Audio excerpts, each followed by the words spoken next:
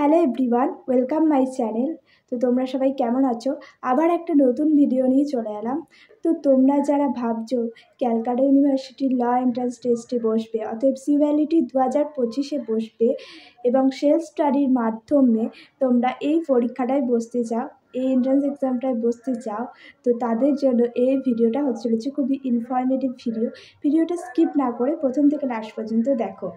জানি এমনও অনেকে আছো যাদের সামর্থ্য নেই যে আলাদা করে কোচ নিয়ে এই এন্ট্রান্স টেস্টটার প্রিপারেশন নেওয়া, যারা ভাবছো যে সেলফ স্টাডির মাধ্যমে প্রিপারেশন নেবো, তো তাদেরকে বলছি তোমরা কিন্তু আর টাইম নষ্ট করো না। তোমরা কিন্তু সেলফ স্টাডির মাধ্যমে প্রিপারেশন নেওয়া স্টার্ট করে দাও।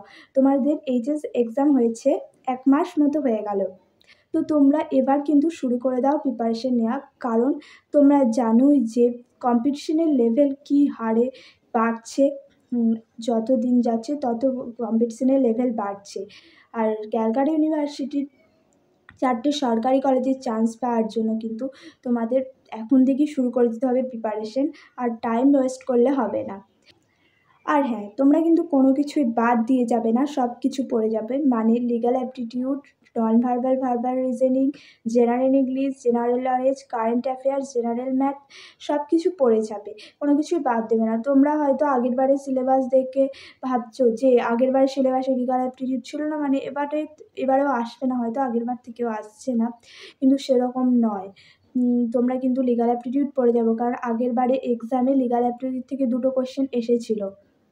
কোনো কিছুই বাদ দিয়ে যাবে না, কারণ সিইউকে ভরসা করা যায় না।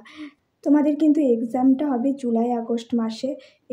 এটাই প্রতি বছরই হয়ে থাকে যে জুলাই আগস্টই বেশিরভাগ হয়ে থাকে। আর তোমরা যারা সেলফ স্টাডির মাধ্যমে পড়ে পরীক্ষাটা দেবে, তাদেরকে বলতে চাই যে তোমরা কিন্তু টাইম ভাগ করে নিয়ে পড়া শুরু করো। এই ধরো 2 আওয়ার্স মতো রিজনিং করলে, এইভাবে টাইম ভাগ করে পড়া শুরু করো। কারণ তোমাদের মাথার ওপর কোনো গাইড নেই, তোমাদের নিজেদেরকেই সবটা করতে হবে। আর হ্যাঁ, অলরেডি বুক সাজেশন ভিডিও তো আমি আমার চ্যানেলে আপলোড করে দিচ্ছি। তোমাদের পছন্দ মতো, তোমাদের সুবিধা মতো বই কিনে কিন্তু তোমরা পড়তে শুরু করে দাও। তবে কিন্তু তোমরা প্রিপারেশন কিন্তু এখন থেকেই স্টার্ট করে দাও।